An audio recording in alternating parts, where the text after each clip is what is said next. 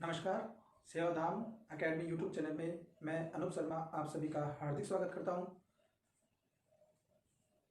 देखो साथियों, कल हमने भारत का भूगोल सामान्य परिचय शुरू किया था, जिसके अंतर्गत हमने देख लिया था भारत का नाम, उसकी अवस्थिति, उसका क्षेत्रफल, उसकी स्थलीय सीमा और तटीय सीमा। आज हम बात करेंगे इसकी जो जलीय सीमा है वो कितनी दूरी तक है। ठीक है, जो भारत की जलीय सीमा है वो कितनी दूरी तक है, इसकी कर्क रेखा कितने राज्यों से गुजरती है, इसकी जो मानक देशांतर है 82.5 डिग्री वो कितने राज्यों से गुजरता है। चलो शुरू करते हैं। भारत की जलीय सीमा।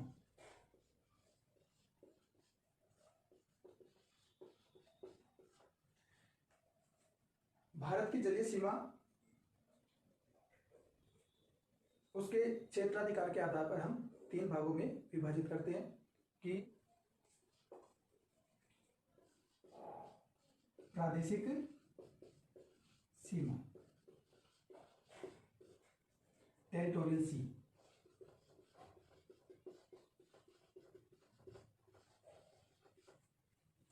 ठीक है। अभी प्रादेशिक सीमा कहां से कहां तक है?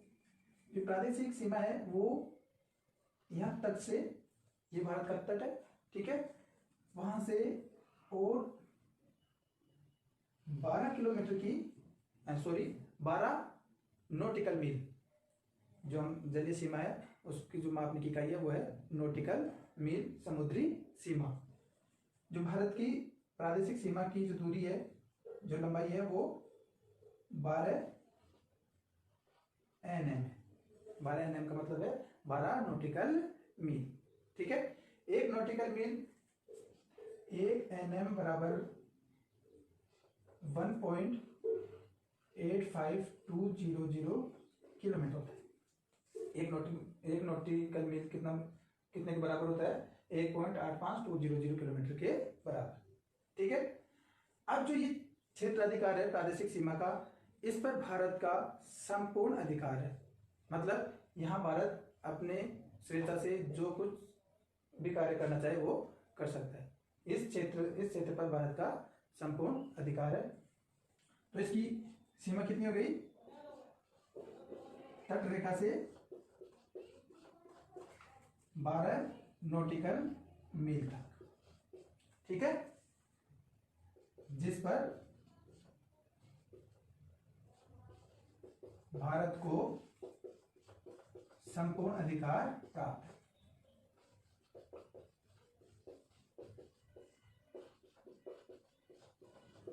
इस क्षेत्र पर भारत को संपूर्ण अधिकार प्राप्त है, जैसे कोई भी कार्य करना चाहे वो कर सकता है, ठीक है। दूसरी सीमा है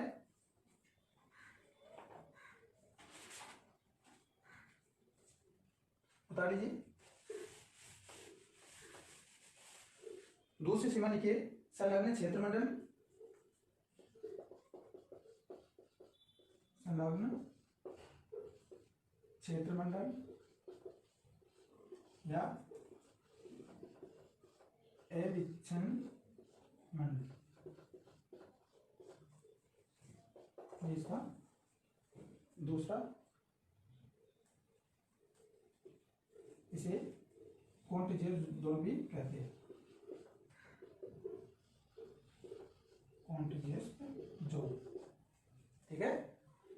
तो दूसरा जो जलीय सीमा है वो कौन सी है? संलग्न क्षेत्रमंडल या अविच्छिन्न मंडल, जिसे इंग्लिश में कॉन्टिजियस जोन कहते हैं। अब इसकी जो दूरी है, इसकी जो सीमा है वो है तट रेखा से 24 किलोमीटर, 24 नॉटिकल मील। कितना है? 24 नॉटिकल मील। इस पर भारत को कौन से कार्य करने का अधिकार दिया गया है?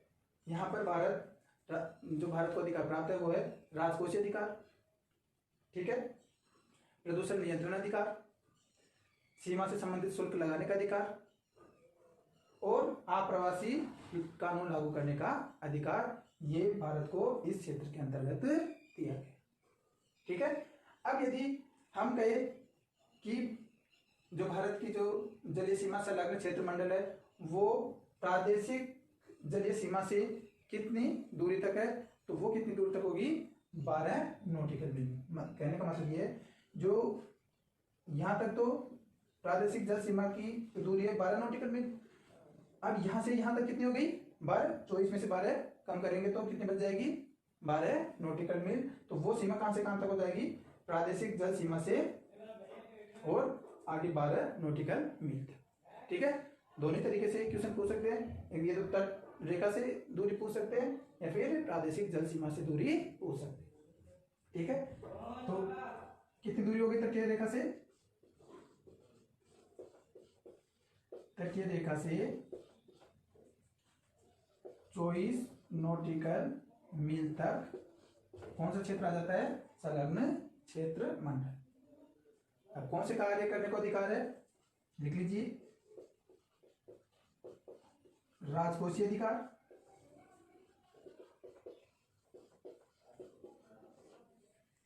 सीमा शुल्क लगाने का अधिकार,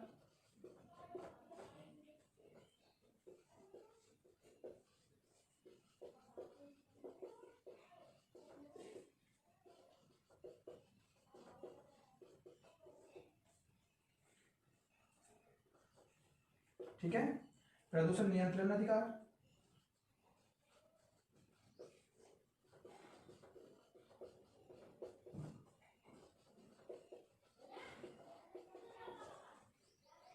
और आप्रवासी कानून लागू करने का अधिकार।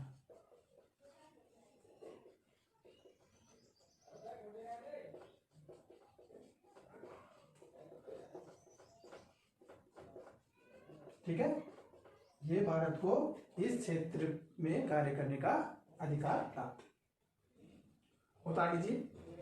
तो जलीय सीमा दो गई। पहली प्रादेशिक जल सीमा जिसकी दूरी 12 नॉटिकल मील तक थी। दूसरी संलग्न क्षेत्र मंडल, एविक्शन मंडल, कॉन्टिजियस जोन, जो कि तटीय रेखा से 24 नॉटिकल मील तक है। तीसरा देखिए,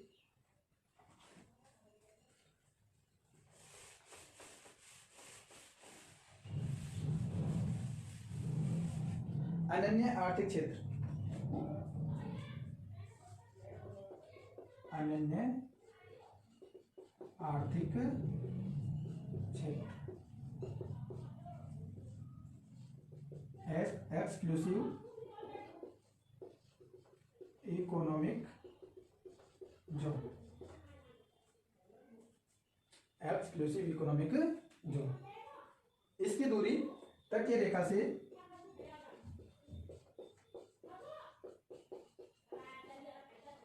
200 नॉटिकल मील तक है। कहने का मतलब है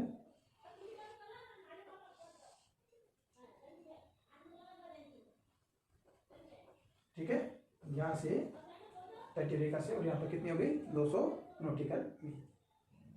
ठीक, यदि पूछे कि एविक्शन जो मंडल है वहां से और अनन्य आर्थिक क्षेत्र के मध्य कितनी दूरी है, तो वो कितनी हो जाएगी? यहां से और यहां तक कितनी हो जाएगी? 176 नॉटिकल मील। ठीक है, अच्छे से समझ लीजिए, कंफ्यूजन यही होता है। कैसा भी क्वेश्चन पूछ सकते हैं एग्जामिनर।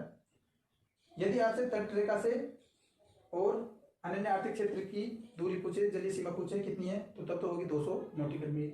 यदि आपसे पूछे कि एविक्शन मंडल से और अनन्य आर्थिक क्षेत्र जलीय सीमा की दूरी कितनी है, तो वो है 176 नॉटिकल मील। अब इस क्षेत्र में भारत को कौन से कार्य करने का अधिकार है? यहां भारत को जो अधिकार प्राप्त है वो देखिए, खनिज संपदा,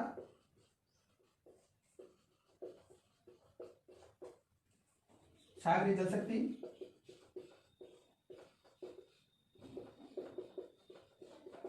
सागरीय जीव आदि का सर्वेक्षण कर सकते हैं, उनका विदोहन कर सकते हैं, सर्वेक्षण कर सकते हैं, सॉरी सर्वेक्षण आ गया, संरक्षण कर सकते हैं, विद्वान कर सकते हैं, संरक्षण तथा अनुसंधान करने का अधिकार प्राप्त है। अनुसंधान करने का अधिकार प्राप्त। ठीक है, इस तरह से हमने भारत की जलीय सीमा देखी कि भारत की जो जलीय सीमा है वो कहां तक है।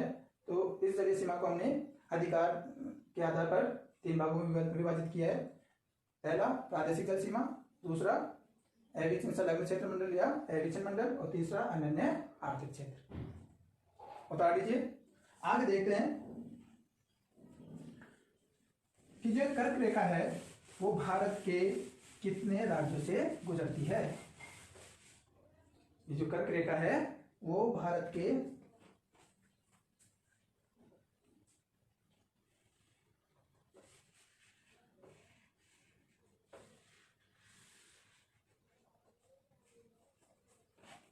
ठीक है, ये कर्क रेखा जो कि भारत के मध्य से गुजरती है, भारत को 2 बराबर भागों में विभाजित करती है। ये कर्क रेखा भारत के 8 राज्यों से गुजरती है। कितने राज्यों से गुजरती है? 8 राज्यों से। कौन कौन से? गुजरात, राजस्थान के दक्षिण सीमा से होकर गुजरती है, मध्य प्रदेश, छत्तीसगढ़, झारखंड, ठीक है, पश्चिम बंगाल, त्रिपुरा और मिजोरम। तो ये 8 राज्य हो गए। देखिए, कर्क रेखा भारत के मध्य से गुजरती है। ठीक है, यह है भारत के 8 राज्यों से गुजरती है। अब वो 8 राज्य कौन कौन से हैं? ट्रिक से देखिए, ट्रिक लिखिए। गुजराराम का छजे पर पत्र मिला।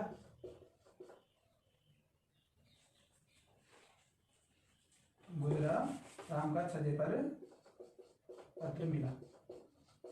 ठीक है, ये आप ट्रिक याद कर लेंगे कि कर्क रेखा जो भारत के 8 राज्यों से गुजरती है वो कौन कौन से राज्य है। देखिए,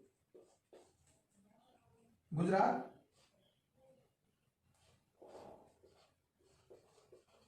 ठीक है, गुजरात से गुजरात, रा से राजस्थान, मैं से मध्य प्रदेश,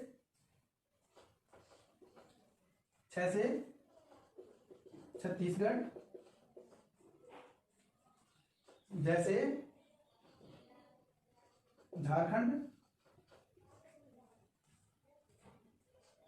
ऐसे पश्चिम बंगाल, त्रै से त्रिपुरा और मी से मिजोरम।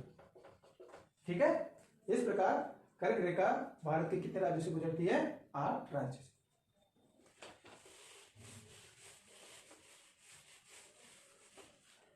अब देखिए, भारत का जो मानक देशांतर है वो कितना है? 82.82 डिग्री पूर्वी देशांतर। 82.82 डिग्री पूर्वी देशांतर भारत का मानक देशांतर है। देखिए,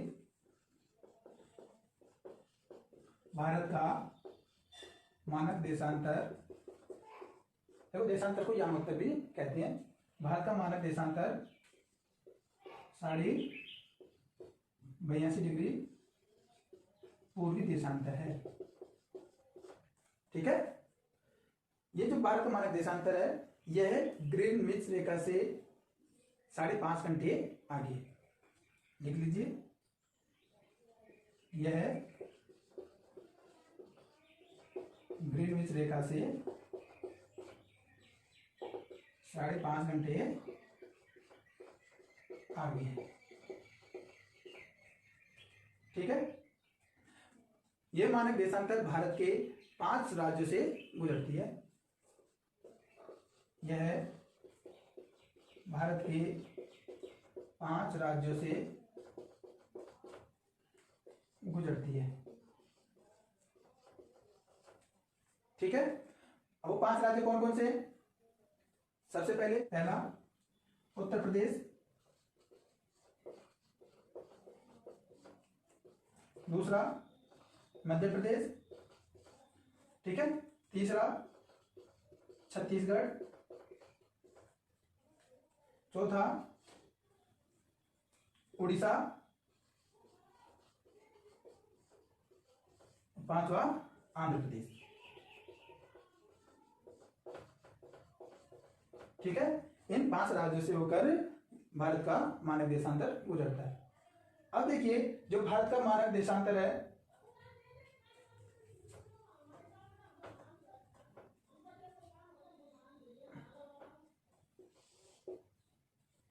सेकंड,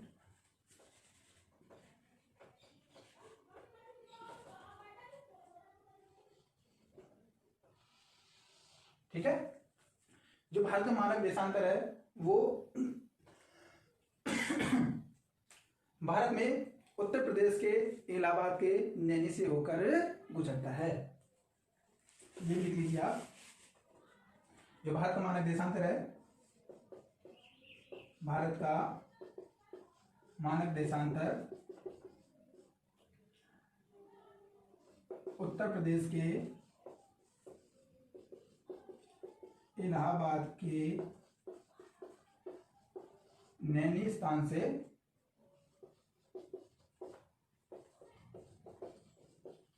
गुजरता है। ठीक है, कहां से गुजरता है? नैनी से गुजरता है। मध्य प्रदेश, छत्तीसगढ़, उड़ीसा, आंध्र प्रदेश, इस तरीके से भारत का मानव देशांतर गुजरता है। ठीक है,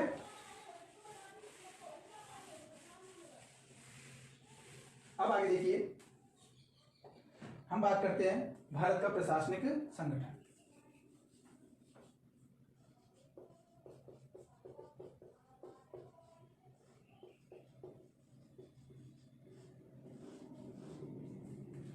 प्रशासनिक संगठन में हम बात करते हैं भारत के कितने राज्य हैं, कितने केंद्र शासित प्रदेश है।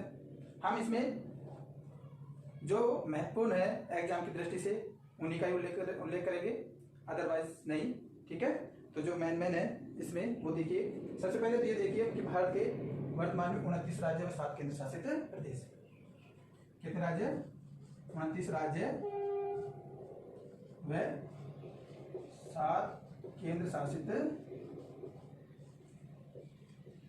प्रदेश। ठीक है,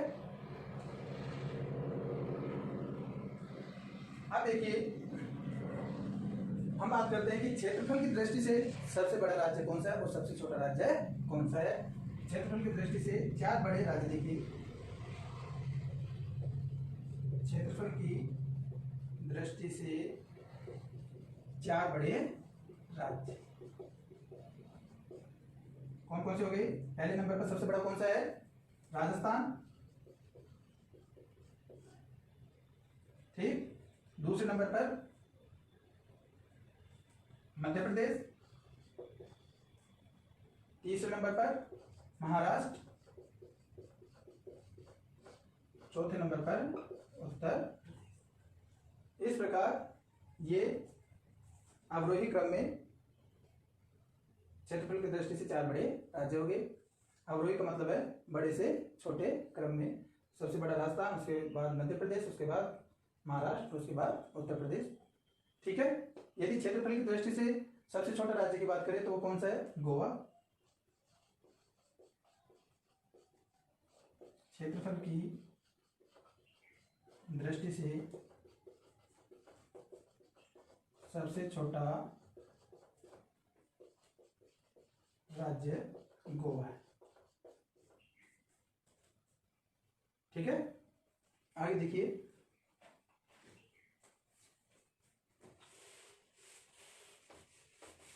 अब हम बात करते हैं पुदुचेरी केंद्र शासित प्रदेश की, जो कि इंपॉर्टेंट है। किस दृष्टि से है वो देखिए पुदुचेरी।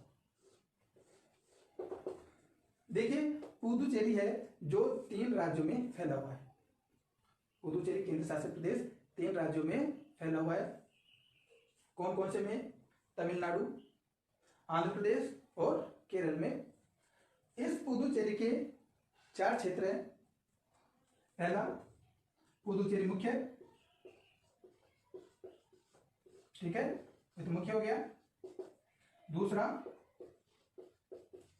कराईकल, तीसरा यनम, चौथा माहे। ये पुदुचेरी के 4 क्षेत्र हैं जो कि अलग अलग राज्यों में स्थित है। पुदुचेरी और कराईकल ये तो है तमिलनाडु में, यहां तो है कराईकल, ठीक है, कराईकल, और यहां पर है पुदुचेरी, ठीक है। यनम है वो आंध्र प्रदेश में है,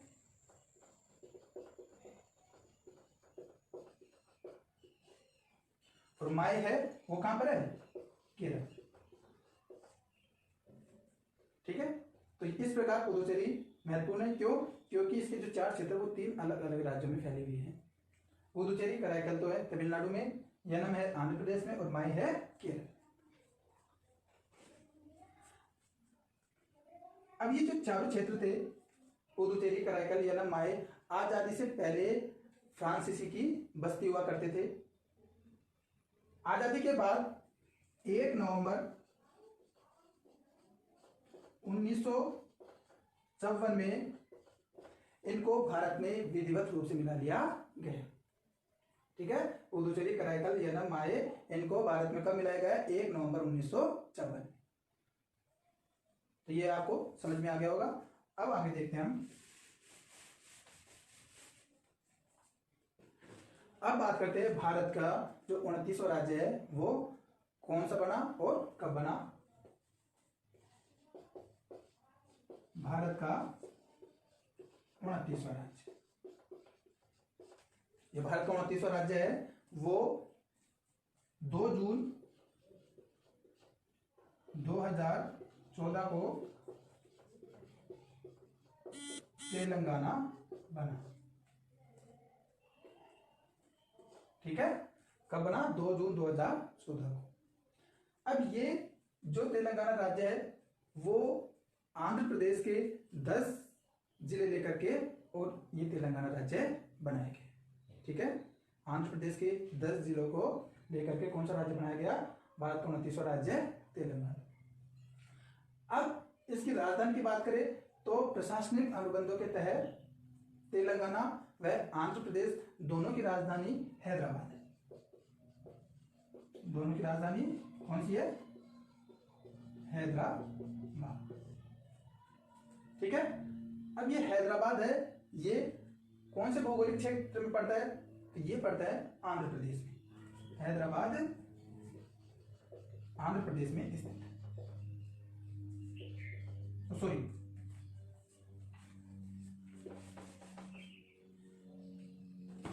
ये जो हैदराबाद है ये कौन से भौगोलिक क्षेत्र में पड़ता है? ये पड़ता है तेलंगाना में। कहां पड़ता है? तेलंगाना में। आया हुआ क्वेश्चन है कि जो तेलंगाना की राजधानी हैदराबाद है वो कौन से क्षेत्र में पड़ती है, या आंध्र प्रदेश की राजधानी हैदराबाद है वो कौन से भौगोलिक क्षेत्र में पड़ती है? तो वो है तेलंगाना, ठीक है।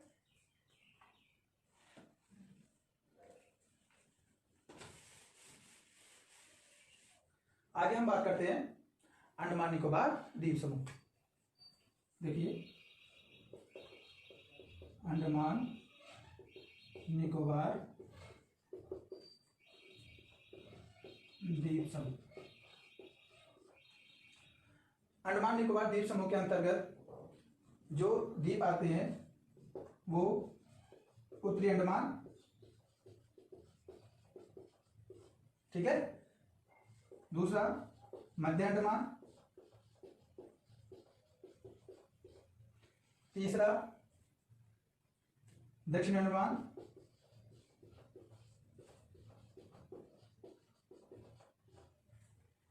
चौथा छोटा अंडमान,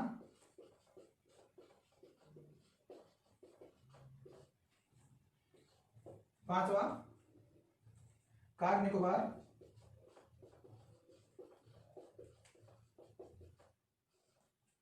ठीक है। 6ठा लिटिल निकोबार या छोटा निकोबार,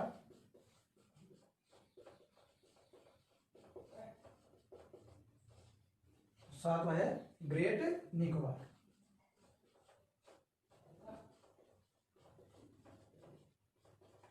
ठीक है, तो ये थी किसके हो गए, अंडमान निकोबार द्वीप समूह के, उत्तरी अंडमान, मध्य अंडमान, दक्षिण अंडमान, छोटा अंडमान, कार निकोबार, छोटा निकोबार और ग्रेट निकोबार। ठीक है, ये आप उतारते चलिए, और जो मैं आपको बताने जा रहा हूं उनको ध्यान से देखते हुए, ध्यान से समझते हुए उनको नोट्स के रूप में तैयार करते रहना। देखिए, ये है उत्तरी अंडमान, ये उत्तरी अंडमान है। इसके उत्तर में यहां पर कोको द्वीप समूह है। कौन सा द्वीप समूह है? कोको द्वीप समूह है, जो कि म्यांमार का है। इन दोनों को, कोको द्वीप समूह को और उत्तरी अंडमान को जो अलग करता है वो है कोको स्ट्रेट। क्या है? Coco Strait. ठीक है, इस उत्तरी अंडमान के पूर्व में एक ज्वालामुखी द्वीप है जिसका नाम है नारकोंडम। ये उत्तरी अंडमान के पूर्व में स्थित है। मध्य अंडमान के पूर्व में भारत का एकमात्र जागृत ज्वालामुखी द्वीप बैरन द्वीप स्थित है। ध्यान रखना, भारत का जो एकमात्र जागृत ज्वालामुखी है वो है बैरन, जो कि मध्य अंडमान के पूर्व में स्थित है। इनको आप नोट्स के रूप में तैयार करते रहना। ठीक है, आप इसको अभी तैयार नहीं कर पाए तो दोबारा वीडियो देख करके आप इसको नोट्स के रूप में लिख सकते हैं। अब बात आती है दक्षिण अंडमान की। दक्षिण अंडमान के दक्षिण में जो अंडमान निकोबार द्वीप समूह की राजधानी पोर्ट ब्लेयर है वो स्थित है। ठीक है, छोटा अंडमान और ये है कार निकोबार। छोटा अंडमान, देखो आप इसको मैप के जरिए समझते चले, आपको अच्छे से याद हो जाएगा। छोटा अंडमान और कार निकोबार के मध्य जो ये इन दोनों को अलग करता है वो है 10 डिग्री चैनल, 10 डिग्री उत्तरी अक्षांश, जो कि किन किन के मध्य है? छोटा अंडमान और कार निकोबार के मध्य। जो ग्रेट निकोबार है उसके दक्षिण में भारत का दक्षिणतम बिंदु इंदिरा पॉइंट स्थित है। ठीक है, ये आप समझते हुए इनको याद कर लें ताकि आप इसको भूले नहीं। अब हम बात करते हैं, ये बात हो गई अंडमान द्वीप समूह की, अंडमान निकोबार द्वीप समूह की। अब हम बात करते हैं लक्षद्वीप समूह की। ठीक है, ये लक्षद्वीप समूह है। इसके दक्षिण में यहां मिनिकोय द्वीप है। ठीक है, इसके दक्षिण में यहां ये मालदीव द्वीप है। ठीक, जो लक्षद्वीप है ये प्रवाल भित्ति से निर्मित द्वीप है। किससे निर्मित है? प्रवाल भित्ति से। इस लक्षद्वीप के और मिनिकोय को जो अलग करता है वो है 9 degree channel, 9 degree channel, 9 degree उत्तरी अक्षांश। मिनिकोय और मालदीव को जो अलग करता है वो है 8 डिग्री चैनल, 8 डिग्री उत्तरी अक्षांश। ठीक है, तो इस प्रकार हमने क्या देख लिया? अंडमान निकोबार द्वीप समूह और लक्षद्वीप समूह के बारे में। आप इसको बिल्कुल एज इट इज याद कर लेंगे, परीक्षा में पूछा जाता है अक्सर। अब देखिए, भारत और श्रीलंका के जो अलग करता है वो है पाक जल संधि, पाक स्ट्रेट, पाक स्ट्रेट या पाक जल संधि।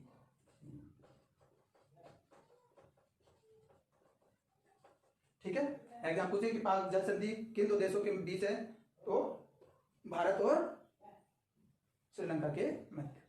ठीक है, यहाँ तमिलनाडु है और ये श्रीलंका है, तो तमिलनाडु और श्रीलंका को जो अलग कर रहा है वो कौन है? पाक स्टेट, पाक जल संधि।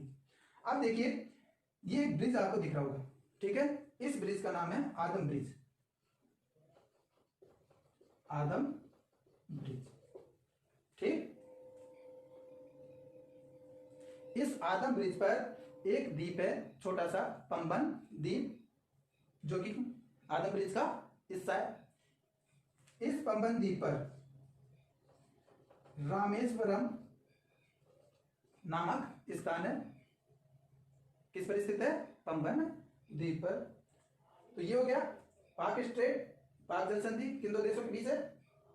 भारत और श्रीलंका के मध्य। रामेश्वरम कौन से द्वीप पर स्थित है? पंबन द्वीप पर, जो कि आदम ब्रिज का हिस्सा है। इस प्रकार हमने आज की वीडियो में भारत की जलीय सीमा, उसका प्रशासनिक संगठन जिसके अंतर्गत पुदुचेरी और तेलंगाना जो नया राज्य 29वां बना है उसके बारे में देख लिया। अंडमान निकोबार द्वीप समूह और लक्षद्वीप समूह के बारे में हमने अध्ययन किया है। नेक्स्ट वीडियो में हम भारत की पड़ोसी देशों के साथ सीमा और सीमा विवाद का अध्ययन करेंगे, इसलिए आप नेक्स्ट वीडियो को देखना ना भूलें। परीक्षा की दृष्टि से अक्सरतः उसमें से एक आध क्वेश्चन पूछ लिए जाते हैं, तो आप यदि चैनल को सब्सक्राइब नहीं करे हैं तो सब्सक्राइब कर लीजिए, बेल आइकन को दबाएं ताकि नेक्स्ट वीडियो आपको नोटिफिकेशन के माध्यम से मिल सके। आज के लिए इतना ही, धन्यवाद।